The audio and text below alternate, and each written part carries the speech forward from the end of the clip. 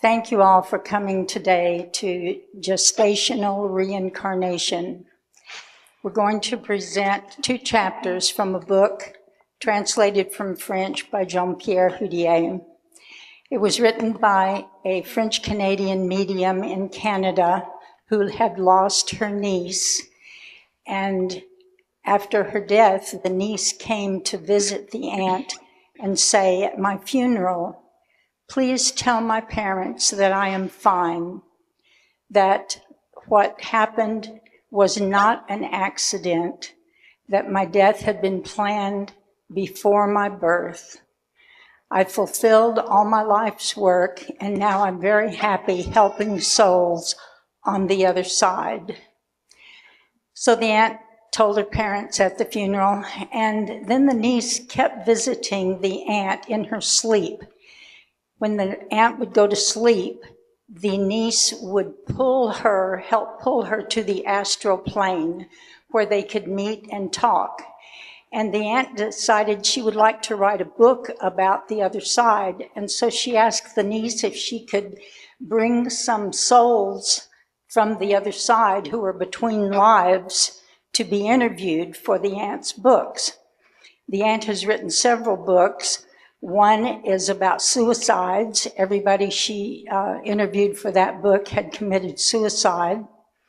Another book is about interventions, how the guides and the angels, all the beings on the other side, help us in our lives that we're not even aware of when wonderful things happen, when we narrowly avoid a terrible mishap. That could be somebody on the other side looking out for us. And then the aunt got an idea for a 3rd book, and that was to interview souls that were getting ready to reincarnate as they were getting ready to enter the fetus, 1 for every month of gestation. So the niece said, "I have rounded up 10 souls for your gestation book." And the aunt said, "But there's only 9 months of gestation." And she said, "Well, I found a set of twins that are getting ready to incarnate, and I thought their story might be interesting for you." And that's what we're going to present right now. This is the 2nd month of gestation. So you'll notice that the soul is not in the fetus very much, just somewhat. One of the words that Marilyn will use is vertiginous, which is like vertigo, that the aunt experienced vertigo when she would move to the astral plane. Our readers today, reading the medium Aunt Marie, are Marilyn Miller. Reading Gabriella is Sophie Wally. Reading Luciana is Bella Wally. And reading the niece on the other side, who's bringing the souls, is Melissa Wally. Thank you all for joining us. Several days had passed since my last astral travel. I had had enough time to rest, to transcribe what had been transmitted to me, and to prepare myself for the next step in this enthralling work. One night, as I wandered between sleep and wakefulness, I left the earth, traveling at a vertiginous speed until I reached a luminous glade where Marie-José was waiting for me. Good morning to you, Aunt Marie. You see those 2 souls over there? Good morning, Marie-José. Are we going to pursue our exploration of reincarnation? You see those 2 souls over there? Both? Are they twins? They look alike, don't they? In fact, they were identical twins during their last incarnation about 100 years ago. Will they be twins again in the next incarnation? These 2 souls are incarnating in 2 fetuses carried by the same mother. However, one comes back as a boy and the other as a girl. They will not be identical twins. Why do they come back together, and why two different genders? To understand all that, we must first speak about their last incarnation. During their last passage on earth, these twins suffered much. An incestuous father, a mother pretending not to know what was going on. They were named Luciana and Gabriella. They suffered several ordeals at the hands of their parents who had not truly accepted them. Life for them in that family was constant suffering. Because they lived in a rural village away from any big town, they felt isolated and experienced their home as a prison.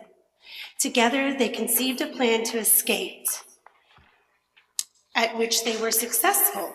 They left and established themselves in some town, working hard to make a living. Did the parents find out where the girls were? No, at least not before the death of the twins, which happened early in tragic conditions, an accidental death which was a liberation for those two souls. Did the parents have any regrets? Yes, as early as the time of the flight of the girls, the father and the mother experienced deep regrets for their behavior. They felt much remorse and asked God for forgiveness. That was an important phase of their healing. But it did not erase everything. When news of the death of the girls reached them, their consciences went through another difficult self-examination. It was their turn to experience suffering and pain. Soon after that, the father committed suicide. That's not a very pleasant story. You are right, but it gives you a chance to better understand the bonds which unite souls. Are you saying that they will be again all together in the next life? That's right, Aunt Marie. They are coming back with the same father and the same mother. The ties between them were so powerful that these beings could not hope to progress without settling those important conflicts. But be assured that everything will be quite different this time, even if the roles are similar. Aunt Marie, those twin souls would have preferred not to be born again together, especially Luciana, who has more strongly revolted in her preceding life, because of the pain encrusted in her soul, because of the humiliations she suffered. She has now only one goal, to affirm herself. She wants to find the place she deserves. She will not suffer any imposition of any kind. As a matter of fact, she is the one who comes back as a boy. She believes this will give her an advantage in her quest for self-assertion. It's a source of self-protection. That's right. She puts on the masculine condition as an armor. This time, she will be capable to face her father. Why is the other not following the same path? Even though she has suffered a lot, Gabriella did not experience a revolt like her sister. The plan to flee originated in Luciana's mind. Gabriella just followed her sister. Gabriella was the wiser of the two. She had a heart overflowing with love. At the time of her return, she will be a fragile girl, slightly handicapped physically and intellectually. Acting on an inner impulse of generosity and love, this soul has accepted this condition in order to allow her parents, especially her father, to repay some debt and liberate himself from karmic debts. They will have to take special care of this deficient child to protect her and watch over her. You see, these two souls have reacted differently after a life of misery. One returns to earth with masculine energy and the energy of a fighter who confronts and can crush. The other makes a gift of herself out of love for the two souls. May I speak to them, Marie-José? Yes, you may. Luciana, what did you choose to experience during this coming incarnation?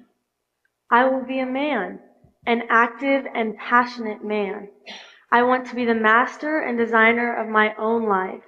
I don't want to be under the thumb of anyone. My soul has an immense desire for independence and freedom. I am aware it may hurt my parents, but their opinion of me will not matter. They will not impose anything on me. What was it important for you to come back in a masculine body? Very important. That's what, most of all, I wanted to experiment. I have lived mostly lives conditioned by the feminine energy. My soul has been scarred by males giving orders, leading the parade, and giving direction to the world. You speak of yourself as a man, even though you still appear to me as a woman. Don't forget, Aunt Marie, that the fetus has only reached its 2nd month of gestation. Luciana is not yet dwelling in it.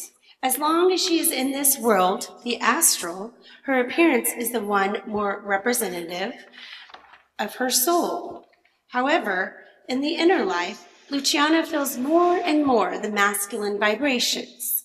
As time passes, the more she will integrate that energy, the more her appearance will be transformed. Anyway, she will be less and less present in this world. And you, Gabriella, you did not choose this masculine experience? No, I didn't even think about it. I am taking again a body of flesh in order to heal from my past life and to help my parents do the same. I will be a girl with a deficient intelligence. Let's stay under average. Physically, I will not be advantaged either. I made those choices out of love for my parents and for myself.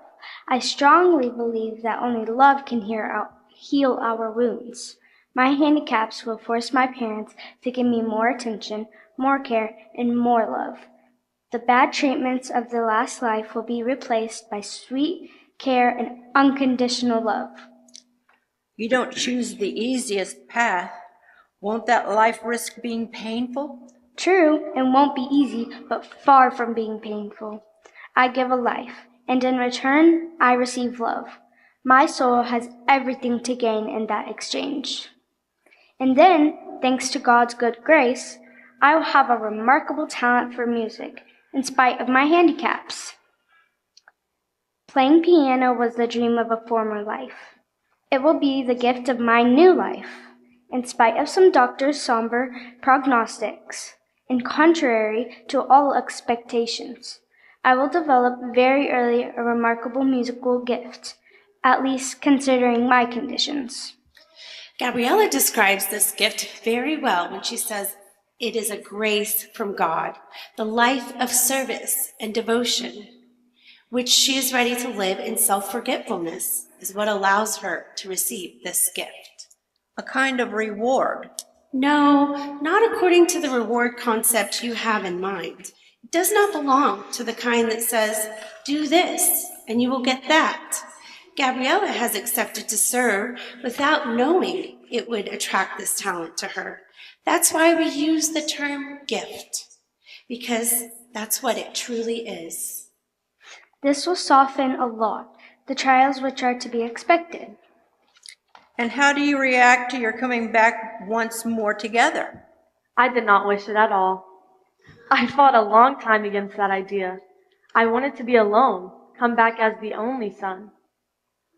But we didn't truly have a choice.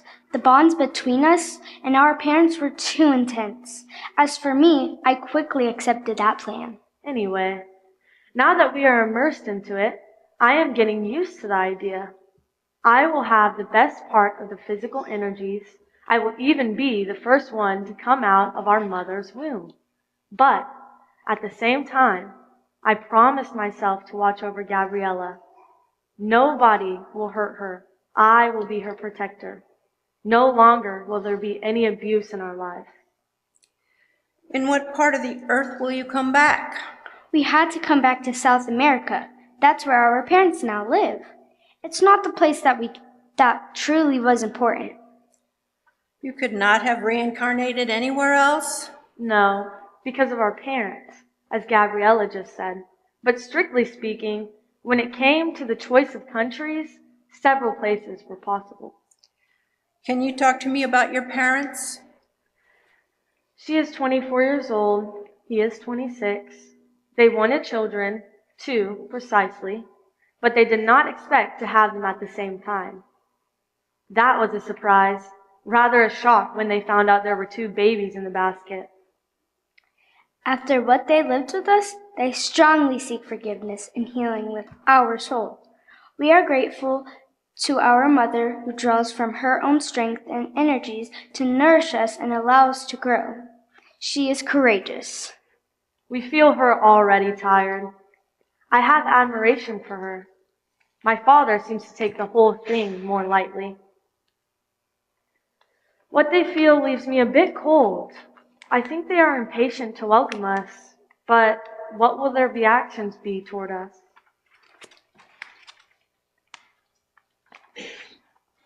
I don't believe we really have to worry. They will love us. I feel their union is stronger. They will love each other more than before. I perceive currents of tenderness between them and us.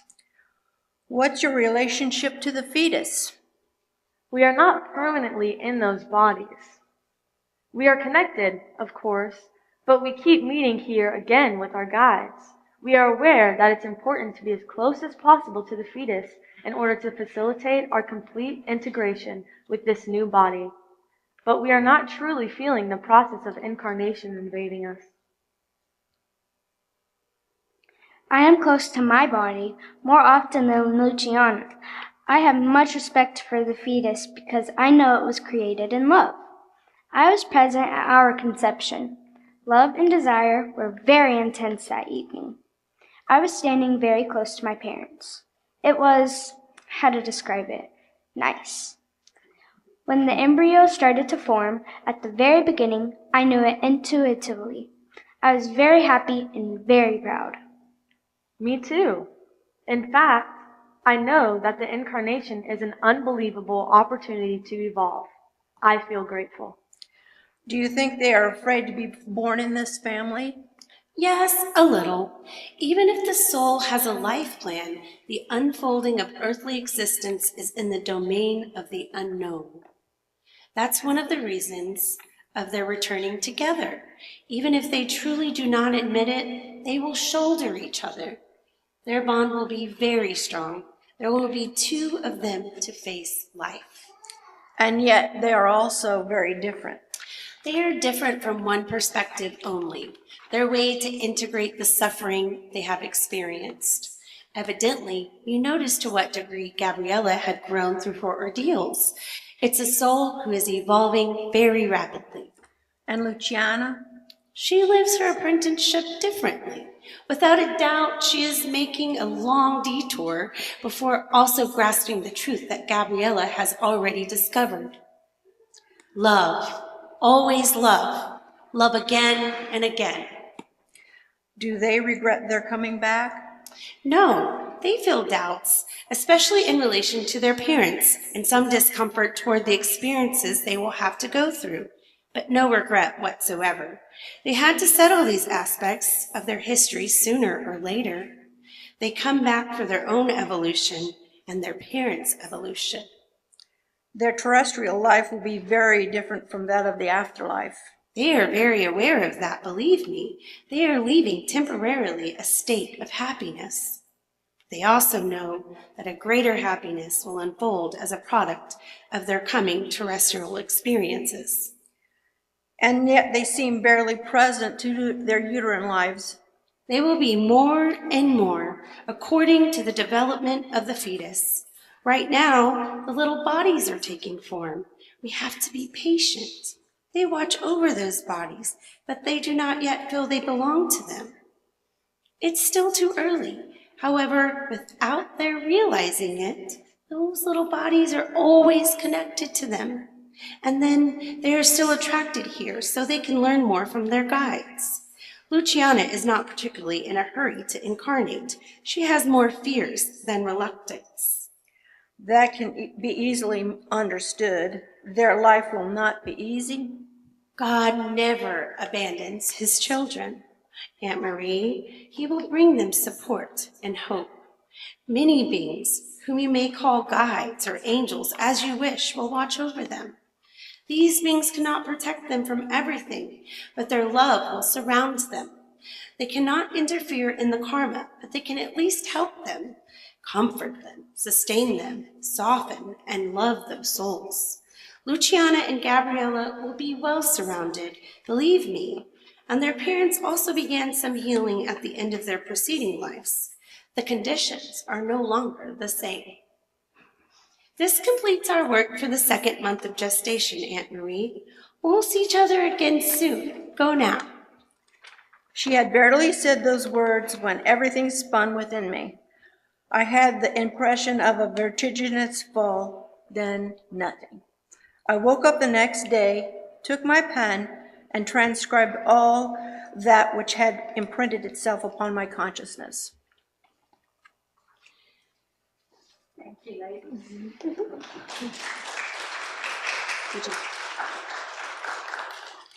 So that was the second month of incarnation. Did you notice that the soul was able to watch its conception? And that is also going to happen in the fifth month, we'll see. And that there are guides all the time around them. Thank you. Well, in this one, you might look for the fact that we choose when we come back. Nobody makes us stay long or short. It's totally our choice. And also to have compassion for a perpetrator. I'm just curious, did anyone in the room when the Uvalde killings happened, did anybody think about the young man and how tragic and sad and angry he was and have compassion for him?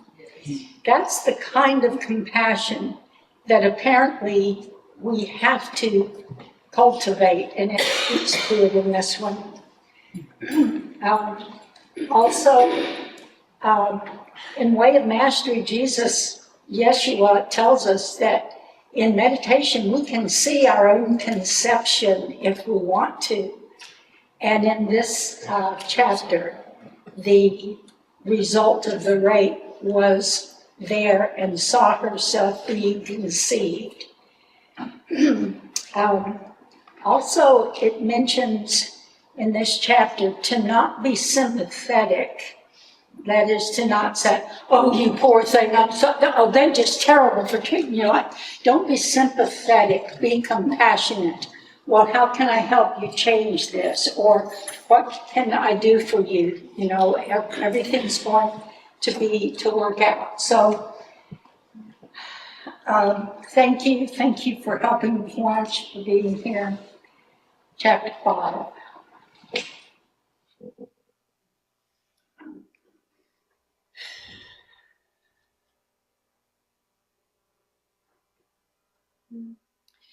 It was hard for me to lead you here. Marie-Jose's voice pulled me from a strange state similar to sleep. In a glance, I saw that we were in a place of prayer, some kind of chapel. All around me, some souls prayed and chanted, while others seemed to meditate. There was such an energy of love coming from this place that I could not help to pray to God myself. This place has a particular charm. The faith of these souls is felt like the breeze of the wind. You are right, it's a prayer place. Souls who want to pray and ask for help for their brothers or sisters in trouble do gather here. It's here that we are going to meet our next soul. This soul is fragile, not inclined to listen to her guide's counsel. She is now in the 5th month of the fetus gestation. She is the child of rape. It's for her that we are gathered to pray, for this soul really needs these prayers. You see, she is ready to repeat existences she has already lived. Do you mean, Marie-Jose, that this is not the first time she's born after a rape? Exactly, Aunt Marie. She has experienced several lives which started with the rape of the mother. In violence, fear, and disgust. During her last life, for example, not only was she born out of rape, but she was raped herself as an adult. She gave birth to a child after that rape. But why do these unhappy episodes repeat themselves? How do you break such a vicious cycle? Through forgiveness, Aunt Marie. Only through forgiveness. After those tragic events, which evidently she accepted badly, her soul became deeply troubled with hatred, resentment, and guilt. Those create the negative ties which always bring her back to the same kind of events. When she will be able to forgive them, she will separate herself from those negative energies, and she will no longer have to suffer them. Does she know that? Yes, but she believes herself to be stronger than she really is. She always chooses to come back quickly on Earth in order to liberate herself as soon as possible from what has caused her to suffer. Each time she is convinced she will succeed, but she has not been able to do it. She's not sufficiently prepared? In some way, you see, in the afterlife, she could learn the essence of forgiveness and begin the healing of her soul's wounds. She is a child of God, like you and me. Everything is available to her, but everything is also possible to her as well. Nobody can prevent her from coming back too quickly, is that it?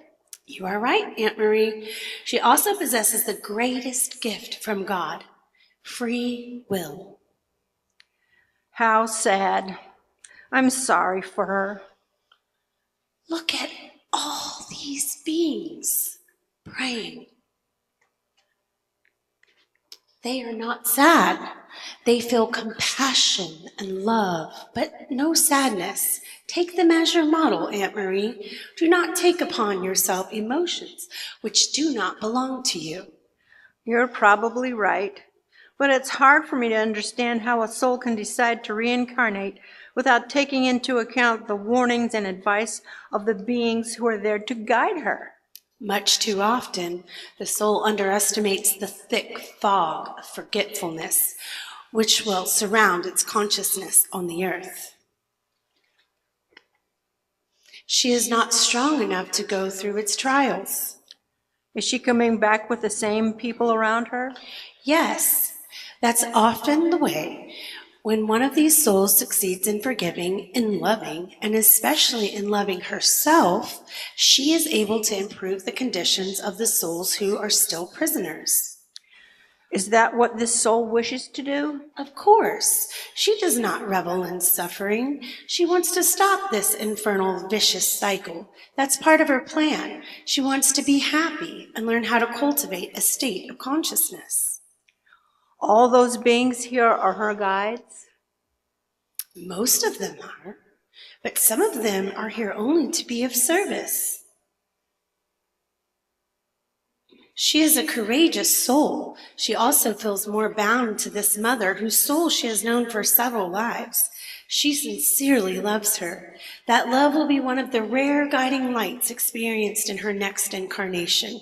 And she will receive much encouragement from her maternal grandparents.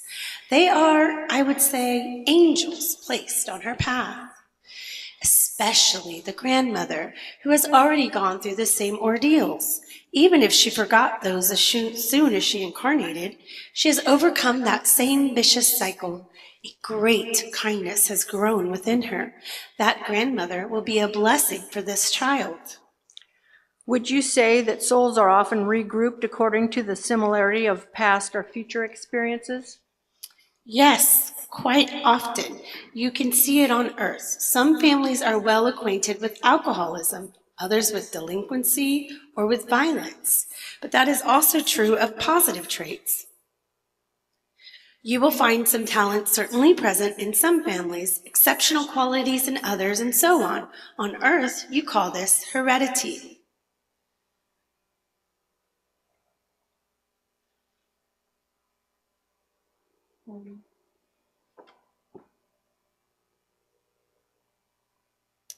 Here she is now. Are you happy? My desire was to come back, so that desire is fulfilled. Does that make me happy? I don't know. Maybe.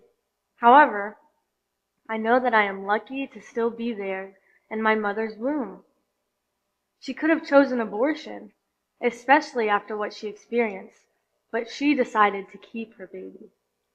Marie Jose told me about the rape which led to your conception. Were you present at that action? Yes, I was present at the rape. For some time, following an impulse. I had been hanging around my mother. However, she was not pregnant and was not foreseeing such a thing.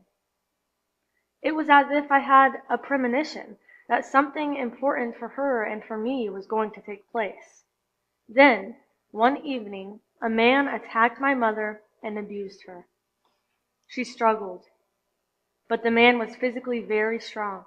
She experienced painful minutes. I felt her pain and her anguish. I prayed for her. Did you feel obliged to be present? Not really.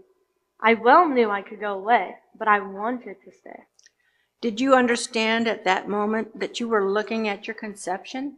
At the beginning, I didn't know it, at least not consciously. And yet, I felt that it was of concern to me. Then, I felt a huge push. I was projected toward my mother. I then knew that our energies were bound together by maternity. I understood that the baby which had just been conceived was me. You'll never know that father. That father? Let's say this man. No, I will not know him. All I know is that particular evening he was under the influence of drugs and alcohol. This being doesn't know that he started life by his violent action. Anyway, he remembers only a few fragments from this event, only vague memories. He knows that something happened, but he can no longer remember what. In spite of this wrong behavior, he is not a man fundamentally mean. The substances which he absorbed have unsettled his mind and his sexual impulses. Without the influence of the drugs, he would never have behaved this way. He's still responsible for his action. Of course, Aunt Marie. Reparation will be demanded. I don't deny the behavior, but it was not caused by a meanness of spirit. The distress and the pain of the mother are evident.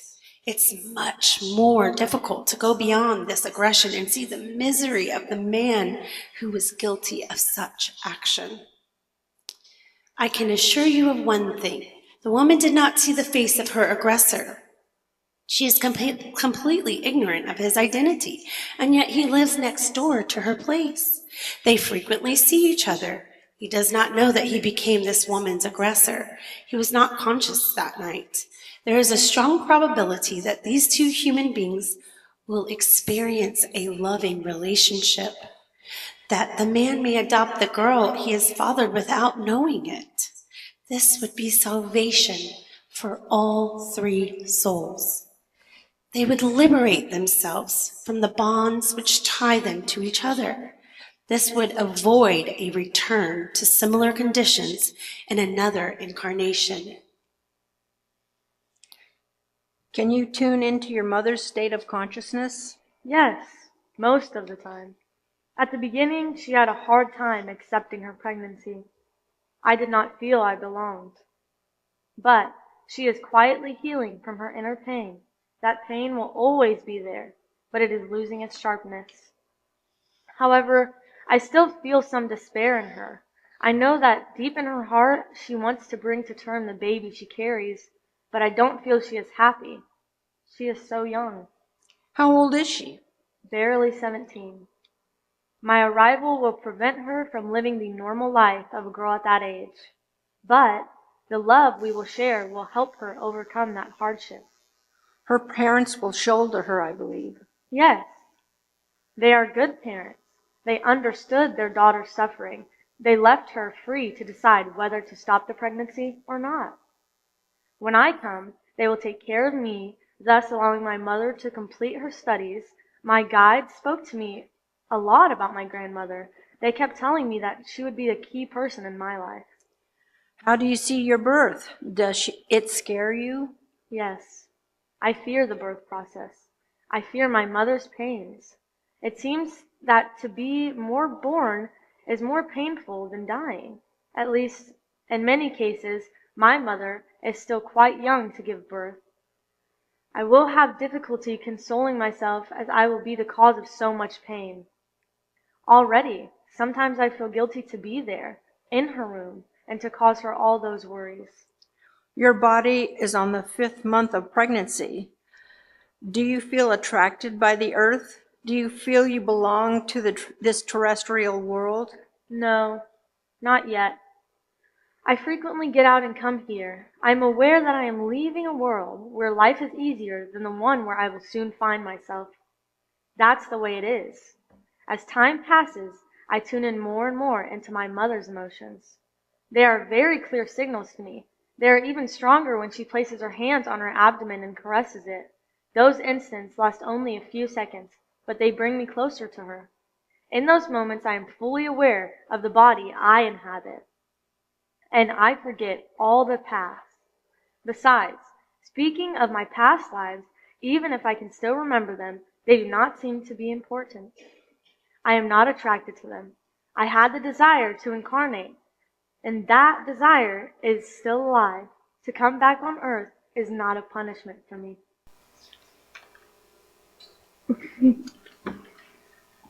I admire your courage and your enthusiasm for this incarnation and your love for your mother. Thank you. I wish you well.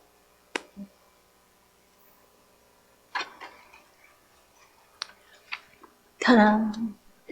The end.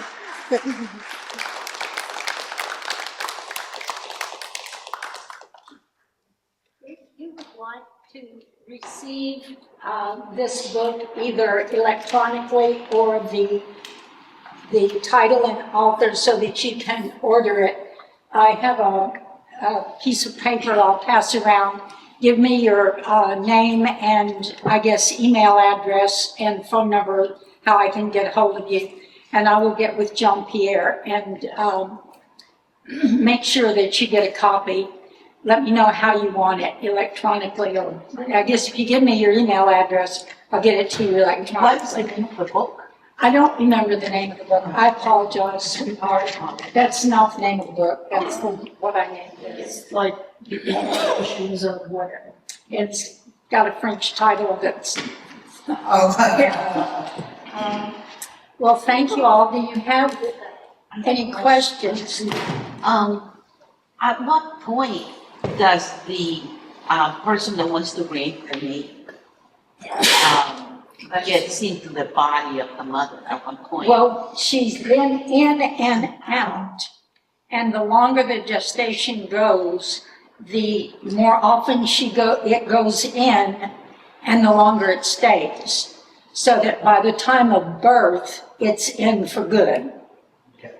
Okay, so what happened if there would have been an abortion? Then the soul would not have...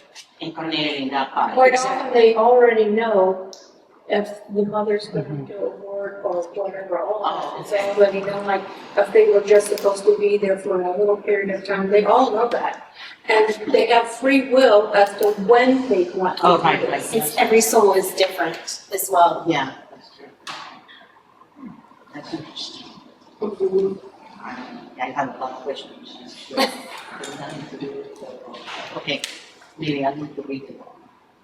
Well, I would suggest the book to every single person.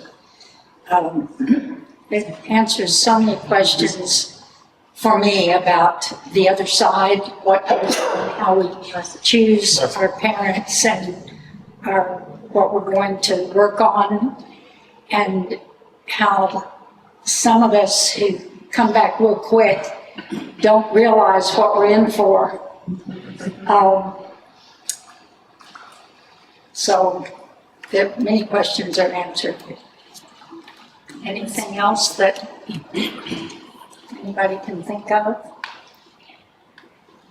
So, Candace, does the book actually come in English? Yeah. Or No, is it just what no. It's Jean Pierre's translation. Okay. Now, I don't know, I say that, it may now have been translated to English. When he translated it, how many years ago, Melissa? 4?